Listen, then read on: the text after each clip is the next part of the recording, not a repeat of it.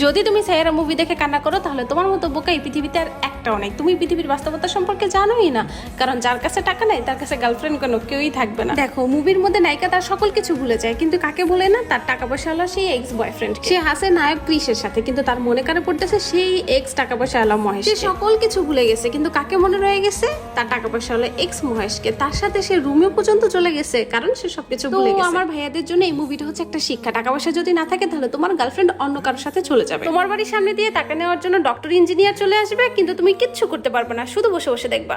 শোনো, যখন তুমি যোগ্য হবা, টাকা পয়সা ইনকাম করবা, তখন মেয়ের বাবা তোমার টাকা পয়সা দেখে নিজে এসে বলবে, প্লিজ তুমি আমার মেয়েকে বিয়ে করো, আমার মেয়েটা তুমি সাজাই গোছায় সুন্দরভাবে যত্ন সহকারে রেখো, দিয়ে গেলাম তোমার কাছে। ঠিক এইভাবে মেয়ের বাবা এসে তোমার কাছে হাত জোর করে বলবে। তো সেই জায়গায় যাওয়ার জন্য তোমার যোগ্যতা লাগবে, কান্না করলে চলবে না, বুঝছো? কি ধরনের ছেলে হয়েছো তোমরা ভাই, বুঝি না। মুভি দেখে কান্না করতেছো, গার্লফ্রেন্ডের জন্য কান্না করতেছো, কখনো মা বাবার জন্য কান্না করছো? মা বাবা যে জন্ম দিছে, এত বড় করছে, তার জন্য কান্না করছো? গার্লফ্রেন্ডের জন্য বুক ছিঁড়া কান্নাকাটি করতেছো কেন ভাই? আগে পরিবারের কথা চিন্তা করো, পরিবারকে দেখো যে পরিবারের কি কি দরকার, সেগুলো আগে প্রয়োজন মিটাও। এরপরে দেখবো যে মেয়ে যদি তোমাকে ভালোবাসে তাহলে সে এমনিতেই থাকবে, না ভালোবাসলে চলে যাবে। সাইয়ারা মুভি হচ্ছে ছেলেদের জন্য একটা আয়না।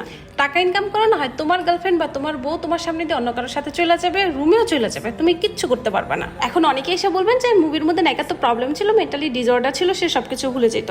ভাই, বাস্তবেও মেয়েরা সবকিছু ভুলে যায়। দেখবেন যে তাদের একটি অজুহাত থাকে যে আমি তো এটা করতে ভুলে গেছিলাম, এটা পড়তে ভুলে গেছিলাম, তুমি এটা বলছিলা, সরি আমার ভুল হয়ে গেছে, এই ধরনের অজুহাত দিতে থাকে, বুঝছেন? এইটা তাদের বাস্তবিক মেন্টালি ডিসঅর্ডার, এটা আপনাকে মানতে হবে। আর এই মেয়েটা কিছুদিন পর আবার ধোকা দিয়ে চলে যায়, কারণ এরা ধোকা দেওয়ার পথে অলরেডি আছে। দেখেন, ধোকা কারা পায়? যাদের কাছে টাকা পয়সা কম থাকে। যে ছেলেদের কাছে টাকা পয়সা কম থাকে, এই ছেলেরাই দেখবেন অধিকাংশ সময় ধোকা পায়। কিন্তু যার কাছে টাকা পয়সা আছে, সেই ছেলে দেখবেন ধোকা পায় না, তারা উল্টো আরো ধোকা দেয়।